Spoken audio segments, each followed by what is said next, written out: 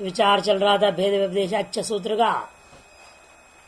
एक बात कह दिया गया कि भाई एक तरफ तक कहते हो कि भिन्न है नहीं है, दूसरी तरफ भिन्न भी है, ये बात समझ में नहीं आई।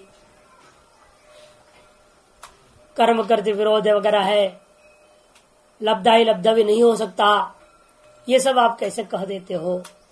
क्योंकि आत्मा अन्वेष्टव्य, आत्मलाभ से पर कुछ नहीं इत्यादि कहा गया।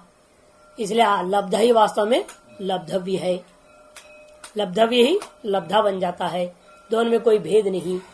ऐसे कहने वाले श्रुतियों के साथ बिगड़ेगा मामला। तब कहते बाढ़ ठीक कहते हो।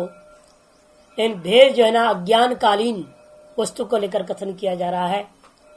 जिस व्यक्ति को देहादि अनात्मा में आत्मबुद्धि का निश्चय हो चुका है, जो यदि भी मिथ्या बुद्धि है तो उसको सत्य मानकर चल रहा है, उस व्यक्ति को देहादिभूत आत्मा से भिन्न जो आत्मा है उस आत्मा अन्वेष्टव्य है करके कहा जाता है।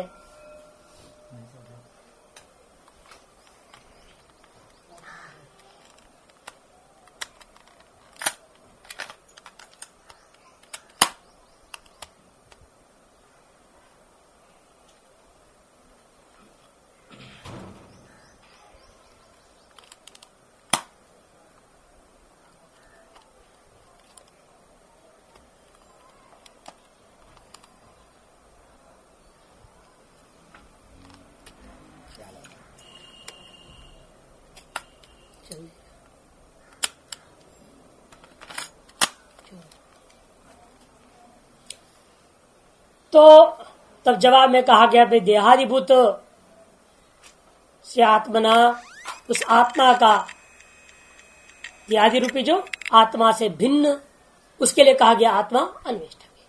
जो देहादियों को आत्मा समझ रहा है भ्रांति की वजह से, उसको कहा जाता है अरे भाई देहादिभूत आत्मा आत्मा नहीं है, इससे भिन्न कोई दूसरा आत्मा है, वो अन्वेष्टव्य। और वह अनन्विष्ट होने के नाते देहादिभूत आत्मा से जो भिन्न आत्मा है वो आत्मा कैसा है? अनन्विष्ट होने से उसके लिए कहा जाता है अन्विष्ट। इस प्रकार से जो व्यक्ति देहादि को आत्मा मान रहा है उसके लिए वास्तविक आत्मा, इसलिए पारमार्थिक आत्मा अलब्ध है, उसकी दृष्टि से कह दिया गया यह आत्मा लब्धव्य है। इसी प्रकार श्रुत श्रोतव्य अमत मंतव्य इत्यादि को भी समझना। इतना ही नहीं, प्रतिषिध्यते एव तु परमार्थ सर्वज्ञात परमेश्वर अन्यो दृष्टा श्रोता वा, बल्कि श्रुतियों ने सर्वज्ञ परमेश्वर से, परब्रह्म परमात्मा से भिन्न कोई पारमार्थिक वास्तविक श्रोता मनता यदि मानने लगो तो उसको तो निषेध भी कर दिया। सर्वज्ञात परमेश्वराद अन्यो श्रोता दृष्टा वा परमार्थतः प्रतिषिध्यते एव। कहा नान्यतोस्ति दृष्टा नान्यतोस्ति श्रोता मनता इत्यादि अनेकों पर्यायों में वहां पर बृहदारण्यक उपनिषद में विस्तार से निषेध कर दिया है। इत्यादि ना परमेश्वरस्तु अविद्या कल्पिता शारीरा कर्तृभोक्तृ विज्ञानात्मा आख्यात अन्य। इसीलिए ये जो अविद्या से कल्पित है, आपके देहा से परिच्छिन्न जो शारीर आत्मा है, जैसे कर्तृत्व भोक्तृत्व आदि विज्ञान आत्मा है, उससे भिन्न ही है। इसलिए आविद्यक और विद्यक को लेकर व्यवहार है। आविद्यक दृष्टिकोण से भेद व्यपदेश है और विद्या दृष्टिकोण से अभेद व्यपदेश है। यथा दृष्टांत दे रहे हैं मायाविनः, जो मायावी है वो कर रहा क्या रहा है? चर्म खड्ग धरात सूत्रेण आकाशम अधिरोहतः सएव मायावी परमार्थ रूप भूमिष्ठो अन्य। मायावी माया दिखाते दिखाते क्या कर दिया? अपने आप को दिखाया कि उसने जो खड्ग अस्त्र शस्त्र सब ले करके आकाश मार्ग से जा रहा है राजा के शत्रुओं को मारने के लिए। सूत्र पर चढ़ गया, रस्सी को फेंक दी और रस्सी खड़ा हो गया सीधे, और उसी पर चढ़ गया वो, ऐसे ऐसे दिखा रहा है। वो जो चढ़ते जा रहा है वो, और वाकई में जो चुपचाप बैठ के जाप करते हुए सारा ड्रामा दिखा रहा है, दोनों में भेद है या नहीं?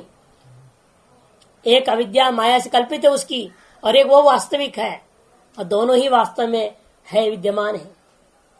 लेकिन दृष्टा को आविद्यक वस्तु दिखाई देता है, जो दर्शक होते हैं, जो माया देख रहे हैं, उसके मायावी के माया जो देख रहे हैं उन लोगों के लिए असली मायावी जो चुपचाप बैठा है पीछे वो नहीं दिखेगा, वो नकली मायावी ही दिखाई दे रहा है, जो ऊपर चढ़ रहा है, सारा काम धंधा कर रहा है, सब हो रहा है, वो चीजें दिखाई देती। लेकिन वो जो दिखाई देता हुआ है उससे भिन्न पारमार्थिक मायावी दूसरा है ही, इसमें कोई संशय नहीं।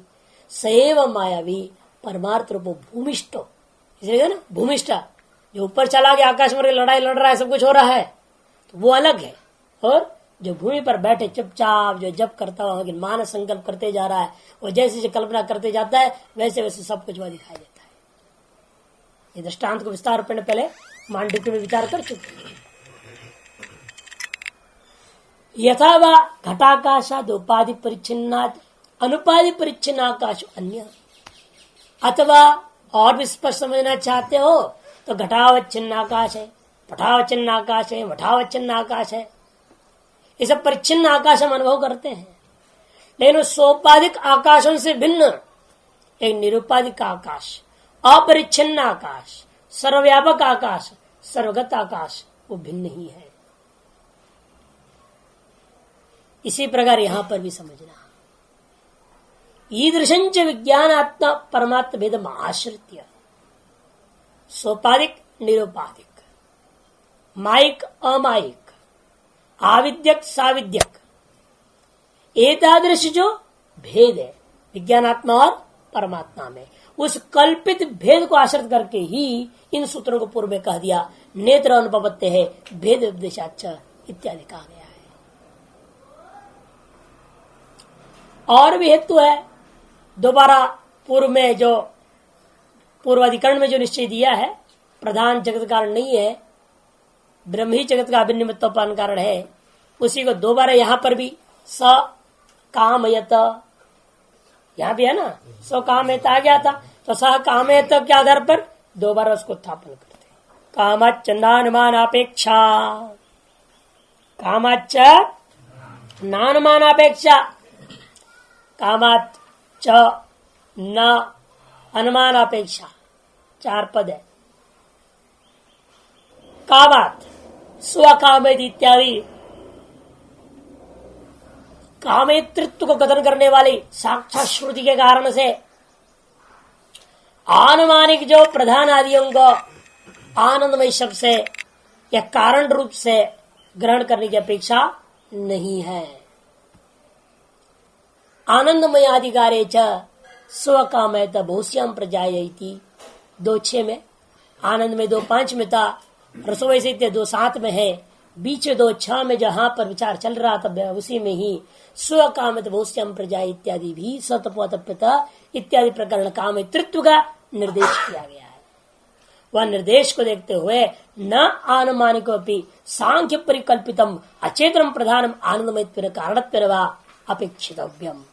जैसे आनुमानिक जो सांख्यों की तरफ परिकल्पित जो अचेतन है, जड़ वो प्रधान है, उसको आनंदमय शब्द वाच्यत्व ग्रहण नहीं किया जा सकता है, अतएव कारणत्व भी ग्रहण नहीं किया जा सकता।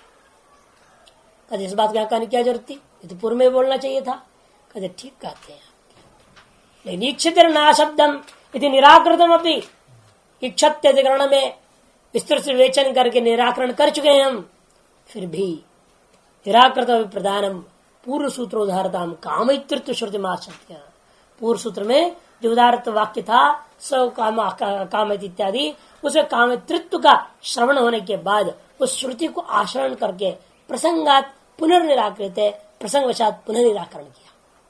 पुनर्निराकरण का प्रयोजन क्या है, क्यों पुनर्निराकरण कर रहे हो, एक बार निराकरण हो गया, सकृत बाह्यतम तद बाह्यतम में वैता होते ना, ये प्रतिषेध है, यह सकृत बाह्यतम तद सदा बाहित हो जाता है, तो हम ऐसे क्यों नहीं करते हो यहाँ पर। तब कहते हैं बात ऐसे ही यहाँ, लेकिन प्रयोजन है पुनर्निराकरण का। क्या प्रयोजन है, कहते गज सामान्य प्रपंचनाय, पहले आपने गज सामान्य अच्छा सूत्र जो पढ़े थे वही गज सामान्य को दोबारा प्रदर्शन करा रहे हैं, विस्तार से समझाने के लिए, उसी का विस्तरण करने के लिए ही है। इतने एक और हेतु है कि आप यहाँ प्रधान आदियों को नहीं ले सकते, जीव को भी नहीं ले सकते आनंदमय शब्द से, अस्मिन्नस्य तद्योगम शास्त्री।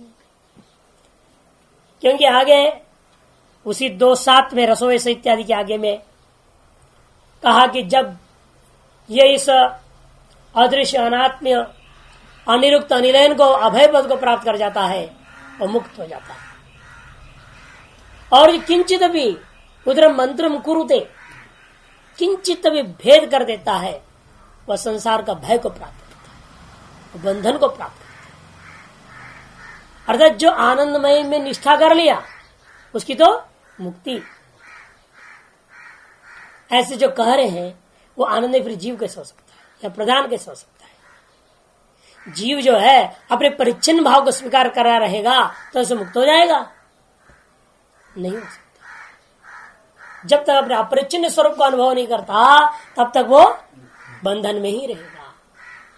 इसलिए कह रहे हैं अस्मिन, अस्मिन मने ये जो श्रुति यदा ही एव एष ये तस्मिन् अदृश्य अनात्म निरुक्ते निलेने अभयम प्रतिष्ठां विन्दते इत्यादि जो मंत्र है, इस प्रकृत आनंदमय आत्मा में ही अस्य उनमें इस जीवस्य, अस्मिन् हो गया आनंदमय आत्मा में, अस्य मने जीवस्य तद्योगम तद्भाव प्राप्ति तदैक्यता तादात्म्यता, जीव ब्रह्म की ऐक्यता, आनंदमय के साथ जीव की एकता का मतलब क्या है?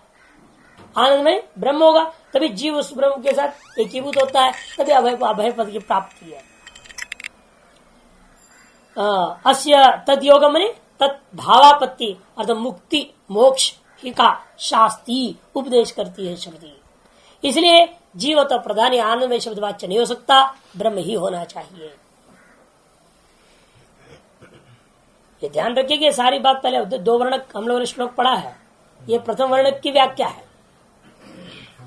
हम लोग जो अधिकरण सार पढ़े थे 2 अलग अलग पढ़ा था ना, एक पक्ष अलग है वृत्तिकार का मुख्य, वो पक्ष अलग है, और वास्तव में भाष्यकार क्या लेना चाहते हैं वो अलग चीज। आनंदमय शब्द से ब्रह्म नहीं लेना चाहते मुख्य सिद्धांत, ये तो वृत्तिकार का मत है।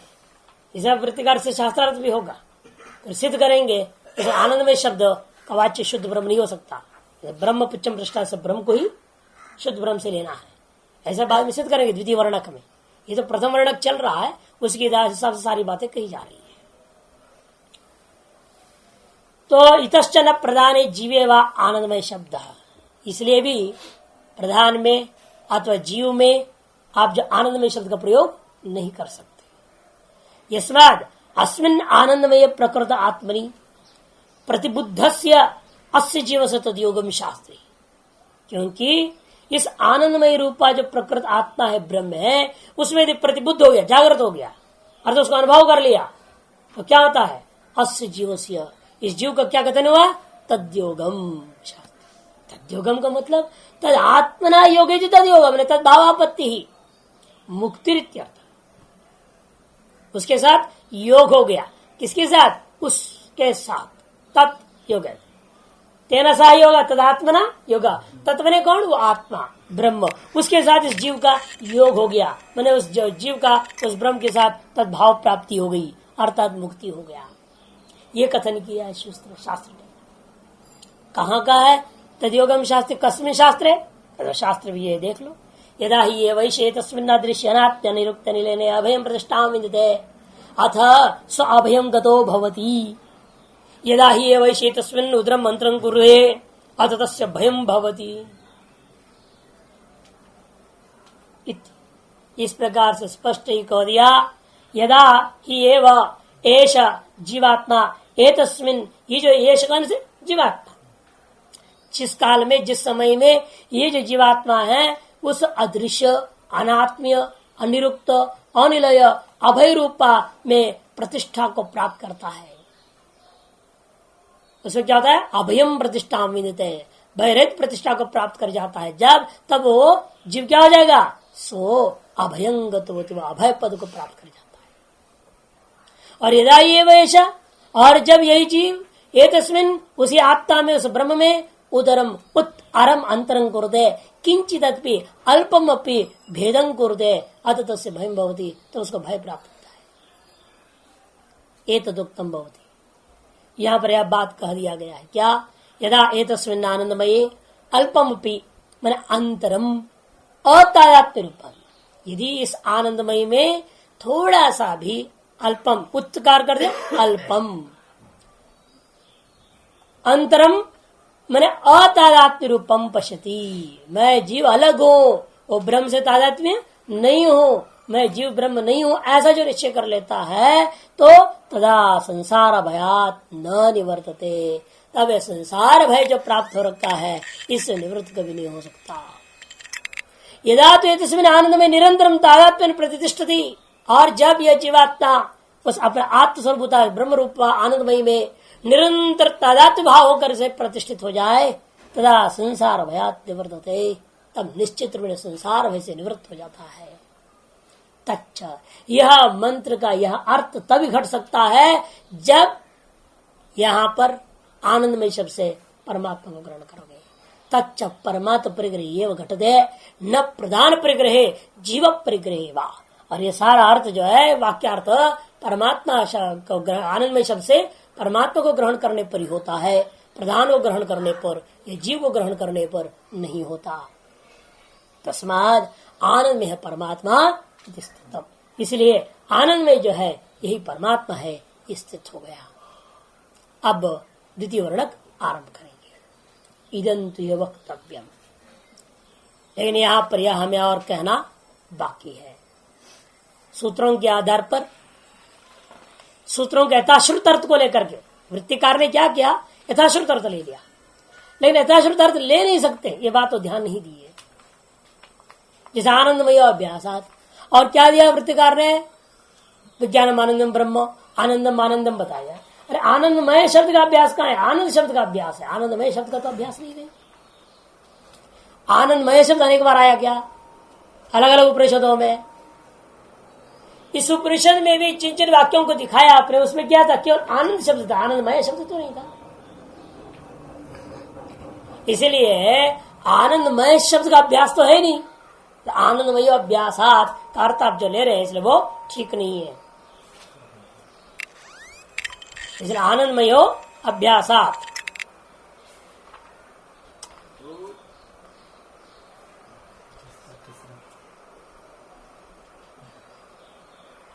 आनंदमयो अभ्यासात, तो यहां पर जो आनंदमय का अभ्यास हुआ ही नहीं, आनंद का अभ्यास हो रखा है सभी श्रुतियों में। इसलिए आनंदमय जो ब्रह्मवाचक नहीं है, आनंद ही ब्रह्मवाचक होना चाहिए। आनंदमय जो है ब्रह्म का वाचक नहीं हो सकता, क्योंकि आनंदमय शब्द का अभ्यास हुआ ही नहीं कहीं।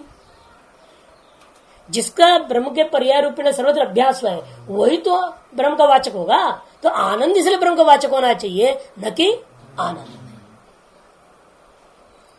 इसी पर शास्त्रार्थ आरंभ करने के लिए पहले पूर्व पक्ष उठाते हैं। स वा एष पुरुषो अन्नर समय, तस्मात् वा तस्मात् अन्नर समयाद अन्यो अंतरात्मा प्राणमय, तस्मात् अन्यो अंतरात्मा मनोमय, तस्मात् अन्यो अंतरात्मा विज्ञानमय। इस प्रकार से लेकर के विकारार्थे मयट प्रवाह है, विकार अर्थ वाला मयट का प्रवाह चल रहा है।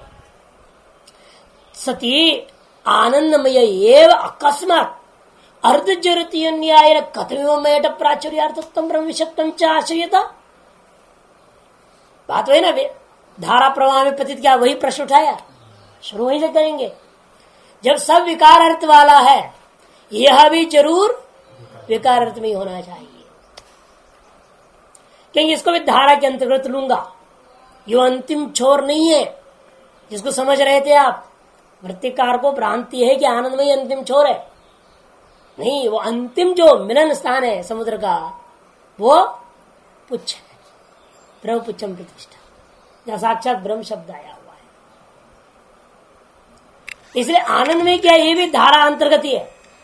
ये कलकत्ता के गंगा जी समझो, वो अंत वाला है ना, वो समापन का छोर नहीं है, मिलन स्थान नहीं है, किंतु वो थोड़ा पहले वाला है।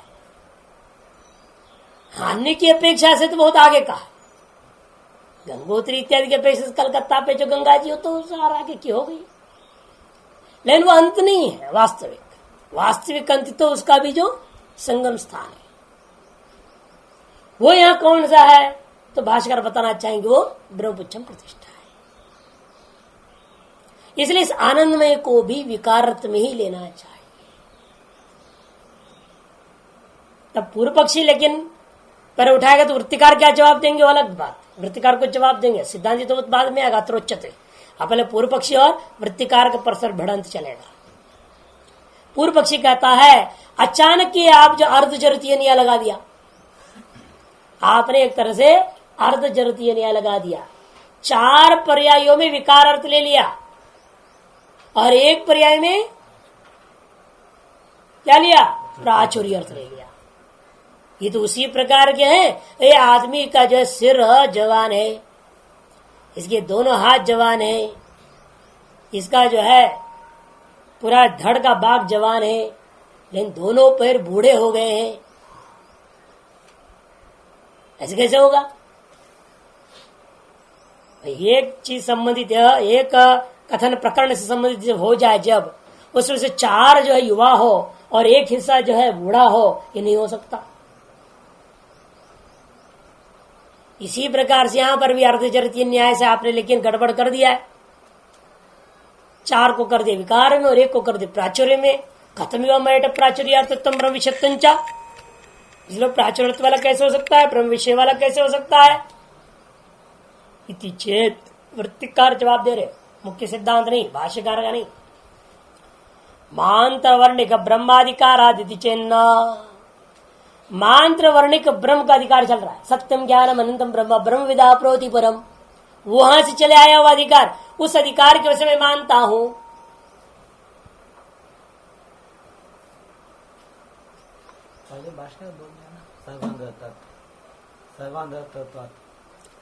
हाँ, सर्वांतर, उससे भी अंतर और है, ब्रह्म है, ब्रह्म चम प्रतिष्ठा, ये आनंदमयी अंतर नहीं है। वो तो भाष्यकार जो कहे वो सब वृत्तिकार के हिसाब से ही तो बार बार बोल रहा हूं मैं। इसलिए 2 वर्ण क्यों बनाना पड़ा? एक वर्ण दूसरे का मत है वो, और अपना मत को द्वितीय वर्ण में रखा गया। इसलिए सब जहां भी अधिकरण, एक अधिकरण में 2 व्याख्या आती है, दोनों ही भाष्यकार की व्याख्या नहीं हो सकती। 2 कैसे कर देंगे? विरुद्ध बात कहेंगे। एक वर्ण दूसरे का मत है, वो भी वेदांती है ना, क्या करें, अपना ही पूर्वज है, लेकिन उसने थोड़ी सी गलती कर रखी है, उसको सुधारने के लिए दूसरा वर्ण कर दिया गया। इसीलिए वृत्तिकार ने कहा था वो बात, तो वृत्तिकार की बात को भाष्यकार ने तब तक प्रथम वर्ण में कथन करते रहे। भाष्यकार का अपना मत या लक्षणा है आनंदमय में, साक्षात जो है अभिधावृत्ति नहीं लेना है। लक्षणा से आनंदमय का आनंदमय लक्षणा करनी पड़ेगी। आनंदमयो अभ्यासात, इस सूत्र में क्या करना पड़ेगा? आनंदमय शब्द से आनंद मात्र को लेना, आनंदमय शब्द से आनंद मात्र को लीजिए, उस आनंद मात्र का अभ्यास हुआ है, आनंदमय का अभ्यास नहीं हुआ। यह लक्षण अपेक्षित है भाष्यकार का मुख्य सिद्धांत। यहां पूर्व पक्ष ने कहा, तब जवाब क्या दे रहा है? वृत्तिकार जवाब दे रहे हैं भी, मांत्र वर्णिक ब्रह्माधिकारी चेत। पूर्व पक्षी कहते हैं ना, ऐसा मत कहो जी, अन्नमयादि न पितर ब्रह्मत्व प्रसंग से, अन्नमयादियों को भी ब्रह्मत्व प्राप्ति हो जाएगी। तब वही सर्वांतर तो लाएंगे, कहते तत्रा अत्राह, तो फिर वृत्तिकार कहा, अत्राह से वृत्तिकार कह रहे युक्तम अन्नमयादि न अब्रह्मत्व, अन्नमयादि को अब्रह्म कहना ठीक है, लेकिन आनंद में को ब्रह्म माननी चाहिए। क्यों? तस्मात् अंतरस्य अन्यस्य अन्यस्य आत्मनः उच्यमानत्वात्, उससे भिन्न, उससे भी अंतर, उससे भिन्न, उससे भी अंतर करके बार बार कहते आए हुए, इसे अन्नमय आदि सारे क्या हो जाएंगे?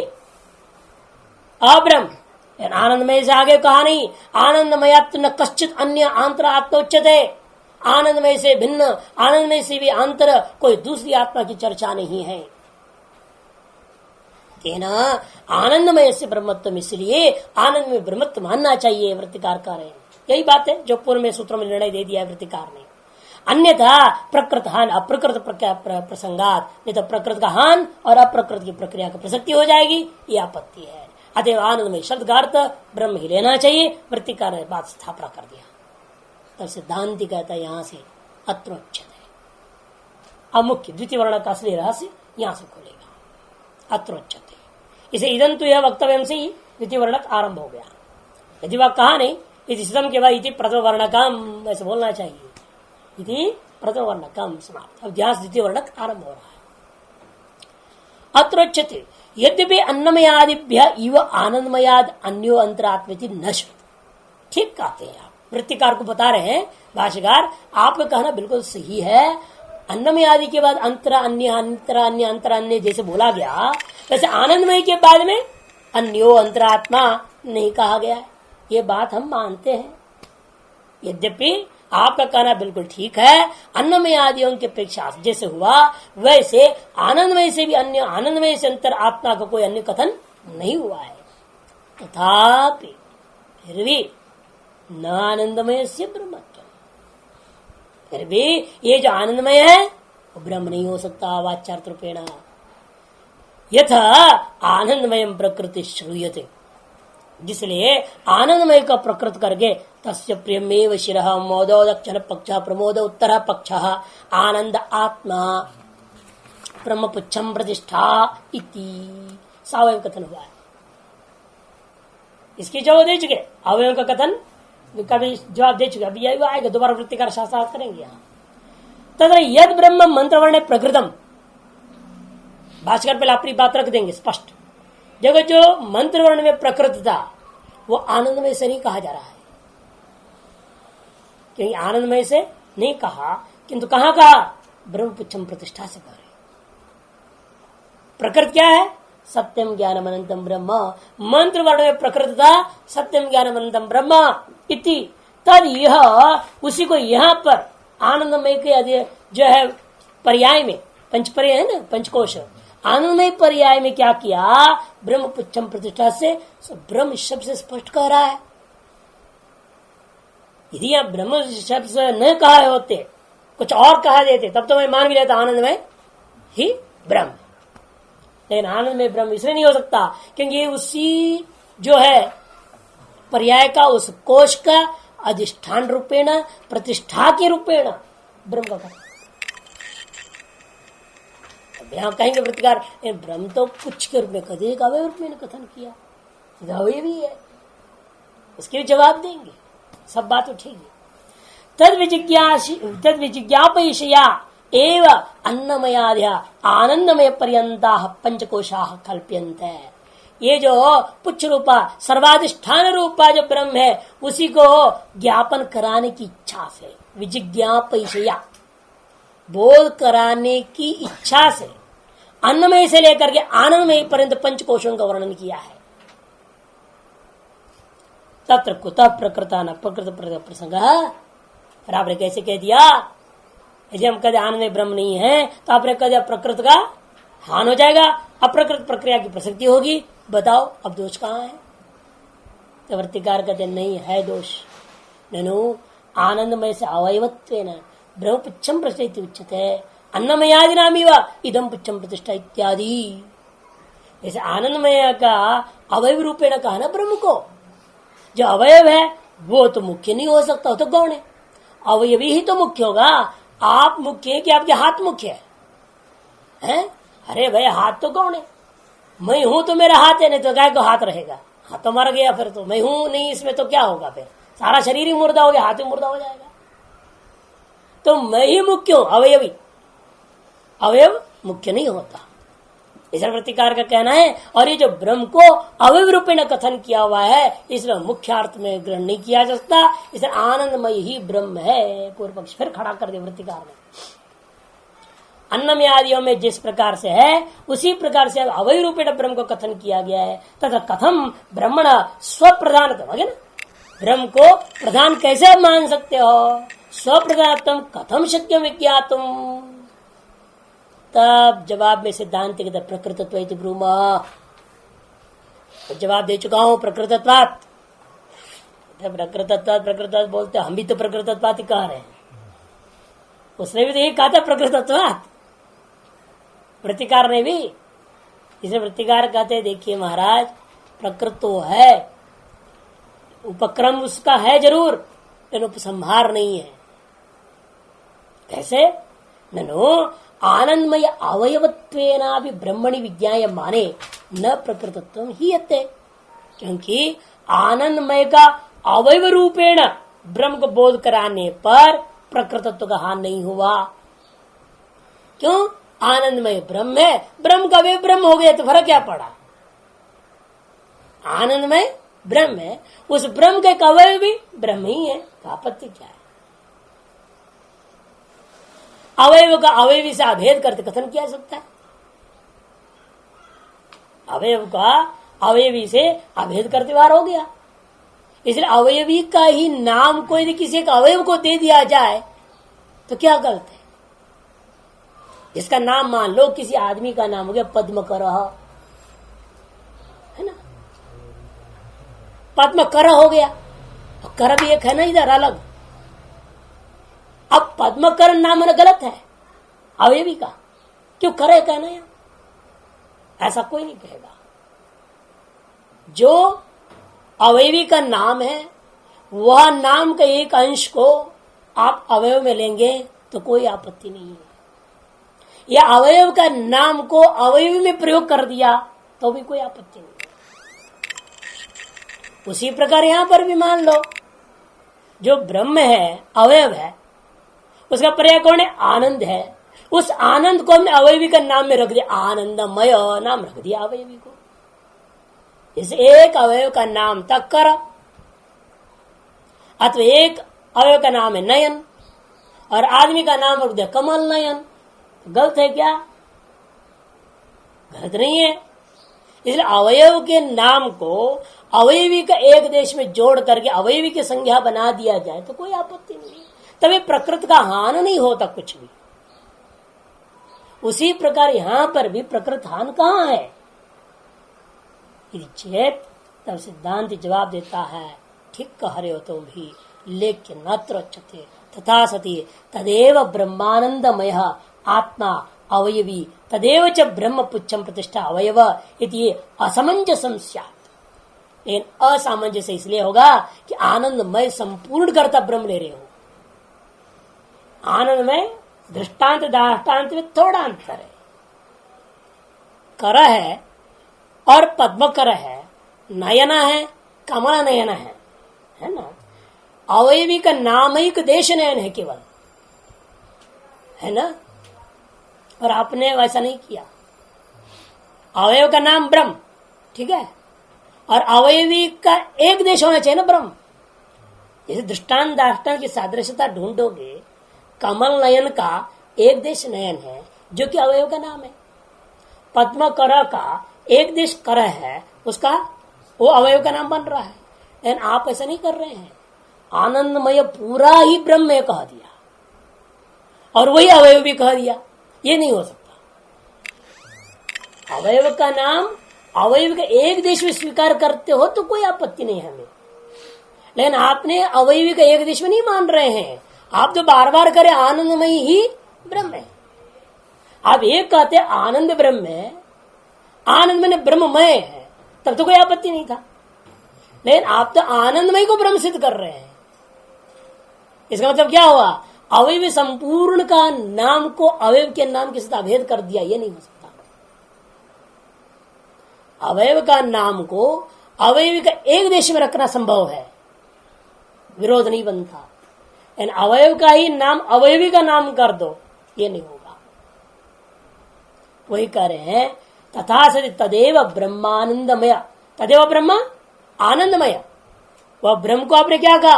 आनंद शब्द वाच्य नहीं बोल रहे हो, आनंद में संपूर्ण का वाच्य ब्रह्म करे। तदेव ब्रह्म आनंदमय आत्मा अवयवी, और फिर तदेव च ब्रह्म पुच्छम प्रतिष्ठा अवयव इति असमंजसम स्यात्। ये है, तुमने दृष्टांत तो लिया ठीक, लेकिन घटाया गलत। और हम क्या लेना चाह रहे हैं? हमारे इसलिए समस्या नहीं होगा क्योंकि आनंदमय की हम लक्षणा कर देंगे। आनंद में संपूर्ण ब्रह्म नहीं है कि आनंदमय का जो प्रकृतिभूता आनंद है वो मात्र ब्रह्म है। तब तो दृष्टांत दर्शन हमारे यहां तो घट जाएगा। कमल नयन नयन, पद्म करा करा, ये सब तो घटेगा, क्योंकि अवयव मात्र को हमने लिया। अवयव का नाम को अवयवी का एक देश मात्र हम स्वीकार करने वाले हो जाएंगे, और आप ऐसा नहीं है, इसलिए आपका मत गलत हो गया। अन्यतर परिग्रह तो युक्तम, इसलिए किसी न किसी एक प्रकार से लो। या तो अवयवी आनंदमय को ब्रह्म मानो, तब अवयव ब्रह्म नहीं हो सकता। यदि अवयव ब्रह्म है तो अवयवी आनंदमय ब्रह्म नहीं है, ये मानना पड़ेगा। और अवयवी को ब्रह्म नहीं है कहना ज्यादा लाघव है। क्यों?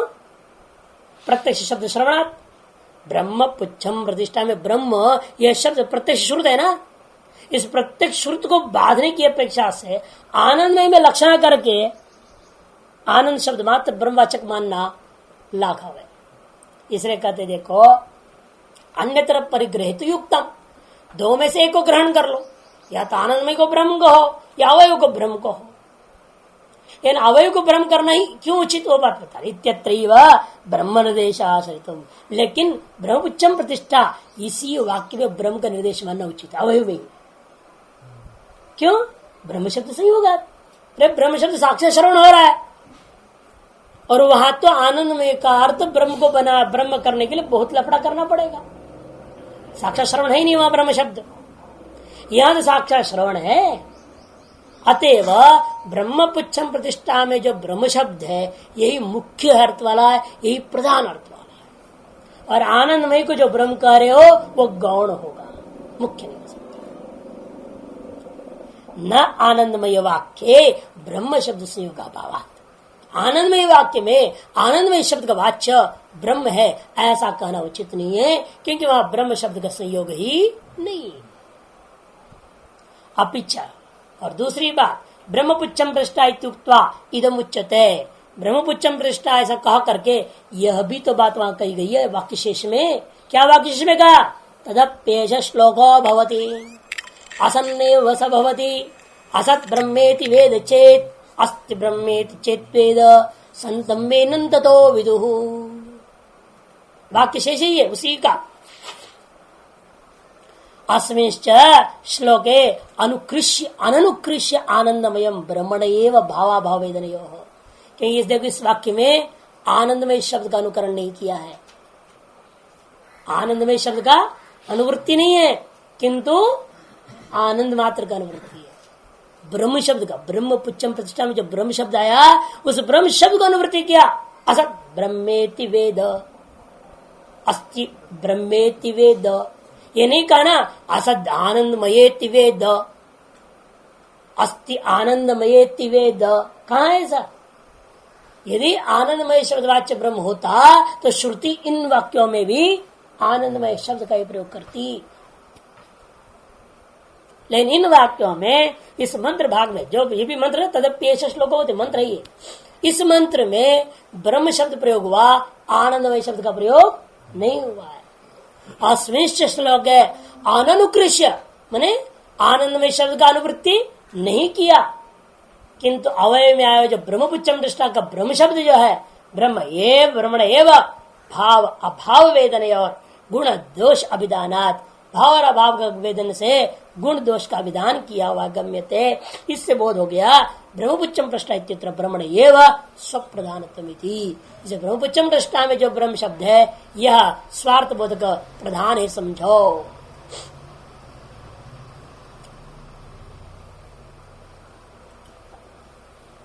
न च आनंदमय आत्मर भाव भाव शंका युक्ता, और यहां पर ब्रह्म शब्द का अर्थ आनंदमय कर दे तो आनंदमय आत्मा का ही भाव रहा भाव का यहां पर हो रहा है, ऐसे आप आशंका नहीं कर सकते। क्यों? प्रिय मोदादि विशेष से आनंदमय से सर्वलोक प्रसिद्धत्वात्, क्योंकि प्रिय मोद प्रमोद आदि जो विशेष स्वरूप आनंदमय का वह सर्वलोक प्रसिद्ध है, उसमें कोई शंका का प्रसंग नहीं, भाव और अभाव का प्रसंग ही नहीं है। कथम पुनः स्वप्रधानम सत्ब्रह्म, वृत्तिकार पूछते, बीच वृत्तिकार का ही था न युक्ता, आनंद में आत्मा की ही भाव भाव यहाँ पर आशंका हो रही है, तो सिद्धांत ने जवाब दिया न युक्ता कह दिया। अब पुनः वृत्तिकार उठते हैं, कथम पुनः स्वप्रधानम सत्ब्रह्म, वह जो ब्रह्म है वह स्वप्रधान कैसे यहाँ पर प्रयोग हो गया है। आनंदमय सब पुच्छत्व निर्देशित है, क्योंकि आनंदमय का अवय रूप निर्देश किया गया है, और अवय रूप निर्देश किया वस्तु प्रधान कैसे हो सकता है। यदि चेत नैष दोष, यह तात्पर्य पुच्छवत पुच्छमिति, वास्तव अवयव कथन करना इष्ट नहीं है। जैसा अवयव जो है पुच्छ पक्षी का भी अवयव जो पुच्छ है ना वही प्रधान है। वो उसका ऊपर नीचे आने आने सब के लिए बहुत बड़ा काम करता है। उसी के आधार पर तो हेलीकॉप्टर बनाया। हेलीकॉप्टर में क्या होता है, पीछे एक पंखा होता है छोटा सा, और उसको यूं यूं कर घुमाते और पुच्छ को थोड़ा हिला देते, तो दाएं जाओ बाएं जाओ ऊपर जाओ नीचे जाओ, सब उससे होता है। और ऊपर वाला जो होता है बड़ा पंखा, वो तो प्रेशर क्रिएट करता है हवा का, मुख्य रूप में उसी काम से। नीचे की हवा को ऊपर फेंकता है, फेंकते रहता है, नहीं तो नीचे आ जाएगा ना वो हवा से तो ऊपर पकड़े रखता है ऊपर वाला पंखा। असली काम तो पीछे वाले पंखे का है। तो छोटा है वो पंखा, बड़े काम करता है।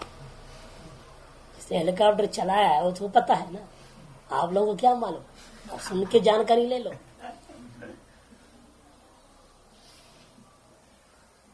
तो बड़े काम तो उसी का है, सारा महत्वपूर्ण खेल उसी का होता है। वो बिगड़ गया तो सारा खेल बिगड़ जाता है, उतरना चढ़ना मुश्किल हो जाएगा। तो उसी प्रकार वह के पक्षी भी क्या करते, पूछ को कुत्ते को देख लो, पूछ को पकड़ लो, बड़ा नाराज हो जाएगा, और सांड तो उससे लात मारना चालू कर देगा। पूछ कितनी महत्व है, सारा जान उसी में रहते हैं उनके। तो इसलिए कहते हैं कि देखो पुच्छवत पुच्छ समझ जाए इसको। प्रतिष्ठा परायण, क्योंकि वह साधन नहीं तो प्रतिष्ठा क्यों कह रहे, कि प्रतिष्ठा का अर्थ परायणम एक नीडम इत्यर्थ, मुख्य आश्रय। लौकिक आनंद जात से ब्रह्मानंद एवं मुख्य आश्रय इत्यर्थ, यही आता अर्थ है। ये जो लौकिक आनंद है, कौन, प्रिय मोद और प्रमोद, इन लौकिक आनंदों का आश्रय कौन है, ब्रह्मानंद। यह बात बताने के लिए पुच्छ के समान पुच्छ व्यवहार हो गया है। लौकिकस्य आनंद जातस्य ब्रह्मानंद इत्येतद् अनेन विवक्षित है। यही यहाँ पर इस मंत्र के द्वारा विवक्षित है, पुच्छ शब्द के द्वारा विवक्षित है। समझो, न अवयवत्वम या अवयवत्व की विवक्षा ही नहीं है। एतस्यैव आनंदस्य अन्यानि भूतानि मात्रम उपजीवन्ति, इसलिए बृहदारण्यक में प्रमाण मिल रहा है।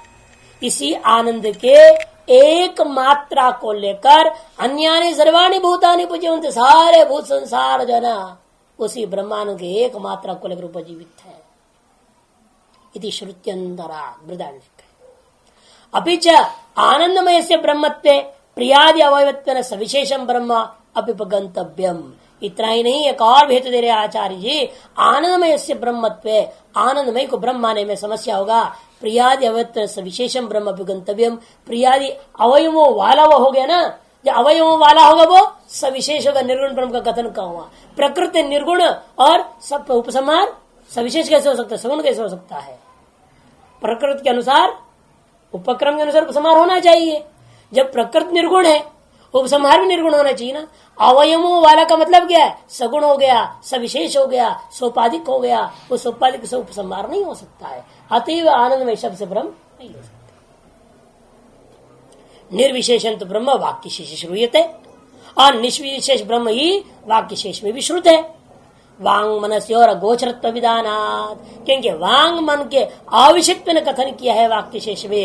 यथो वाचो निवर्तन्ते अप्राप्य मनसा सह आनंदम ब्रह्मणो विद्वान न विवेति कुतश्चनेति। वहां पर साक्षात ब्रह्म शब्द भी आया है। ब्रह्म के आनंद को वास्तविक निरतिशय आनंद रूपेण कथन करता हुआ वांग मनादि के जो है परे उठा हुआ निर्विशेष कथन किया हुआ है। अपिच आनंद प्रचुरित्युक्ते अपि, और दूसरी बात, आप आनंदमय से मैट को प्रचुर कर दिए। प्रचुर का मतलब क्या है, थोड़ा कोई दूसरा चीज भी है, ये ज्यादा है, दूसरा चीज भी थोड़ा है। दूसरा क्या हो सकता है, यहां दुख। आनंद का विपरीत क्या है, अर्थात वो ब्रह्म ऐसा ब्रह्म है, आनंदमय ब्रह्म जिसमें आनंद बहुत है लेकिन थोड़ा थोड़ा दुख भी है। कि आपने दृष्टांत क्या दिया था, अन्नमयो वही यज्ञ, प्रचुर अर्थ में लिया। अन्न प्रधान है ना, इसका यानी कि घी वगैरह कुछ इस्तेमाल ही नहीं होगा। अरे चलेगा कहां से, तो अग्नि बुझ जाएगा। फिर तो सारा अन्न डालते जाओ तो क्या होगा, अग्नि बंद हो जाएगा। इसलिए आप क्या करते, थोड़ा चावल अन्न डालेंगे, फिर थोड़ा घी डालते हैं। अन्न भी, अन्न से भिन्न भी चीज है, अन्न भी है ना वहां पर। जहां प्रचुर होता है, प्रचुर का मतलब ही होता है किंचित अन्यम अपि भवति, किंतु तत्र दुखमेव। ऐसा मोक्ष कौन चाहेगा जिसमें थोड़ा दुख कभी बना रह जाए, कभी कभी डोज देते रहे। नहीं, खूब बढ़िया जालीदार बना दिया मकान, फिर भी जो है अंदर घुसते घुसते एक मच्छर अंदर घुस गया। अब उस एक मच्छर इतना तंग कर देगा, आदमी परेशान हो जाए, सारा मच्छर लगा जाए, जाली वाली लगा दे, बेकार हो जाएगा। है कि नहीं? अनुभव है ना इस बात का सबको। उसी प्रकार से 99 आनंद और एक दुख उसमें रह जाए तो भी बेकार है। इसलिए भाष्यकार था, पिछा आनंद प्रचलित दुख अस्तित्व गम्यते, दुख के अस्तित्व के आपने स्वीकार कर लिया। क्यों? प्राचुर्य से लोके प्रत्योग्य अल्पत्व अपेक्षित। लोक में भी यही देखा गया, किसी चीज की प्रचुरता कही गई है तो उस जिस चीज की प्रचुरता कह रहे हो उसका विरोधी तत्व, उसका प्रतियोगी तत्व का अल्पत्व का कथन हुआ है, समझाया जाएगा। तथा च सती यत्र नान्य चरणति नान्य जानाति सबोमायति भूमि ब्रह्मणि तद व्यतिरिक्त अभाव श्रुतिर उपरुध्यत। लेकिन ब्रह्म क्या है? तद व्यतिरिक्त कुछ भी नहीं है, आनंद ही आनंद है, वह 100%।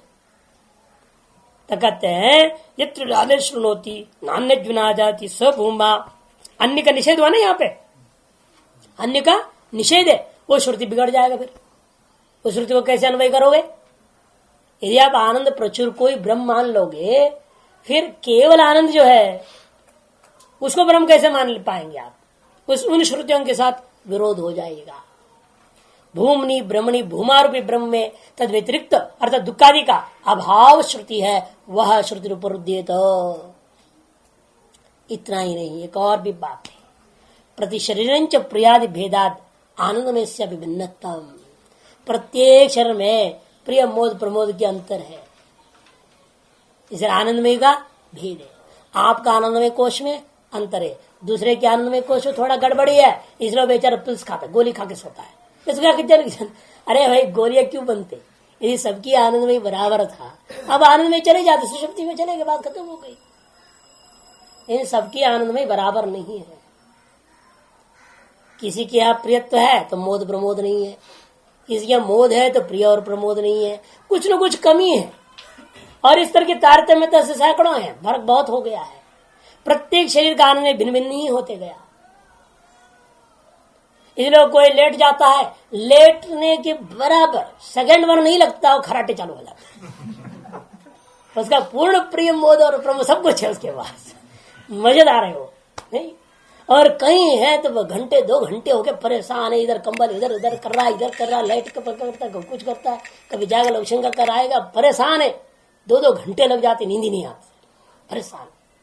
उसके आनंदमय में न प्रिय न मोद है न प्रमोद है। बेचारा अंत में गोली खाएगा तो कुछ कुछ वो आता है तो सो जाता है। क्यों ऐसे? यदि आनंद में ही ब्रह्म होता तो यंत्र नहीं होना चाहिए, ब्रह्म तो एक रूप है। इससे भी स्पष्ट होता है आनंद में ब्रह्म नहीं। इसलिए कहते हैं देखो, प्रति शरीर प्रियादि भेदात आनंद में भिन्नत्व, आनंद में भिन्नत्व है। ब्रह्म तो न प्रतिशरण विद्यते, और ब्रह्म तो प्रत्येक क्षण भिन्न भिन्न हो नहीं सकता है, वो एक रूप है। सत्यम ज्ञान अनंतम ब्रह्म यदि अनंत श्रुत है, अंतत्व रहित का कथन है। अनंत का मतलब क्या? न विद्य अंतो यस्य, जिसमें कोई अंत नहीं, अर्थात जिसमें भेद न्यूनाधिकता विनाशित्व नहीं है, वो अनंत है। एको देव सर्वभूतेषु गूढ़ सर्वव्यापी सर्वभूतांतरात्मा श्वेताश्वतर में भी स्पष्ट है। इति च श्रुत्यंतरात्, वो एक ही है सकल शरीरों के अंदर। न च आनंद में अभ्यास श्रूयत है। और दूसरी बात, आनंद में शब्द का अभ्यास भी कहीं नहीं है। आनंद शब्द का अभ्यास है, आनंदमय का अभ्यास नहीं।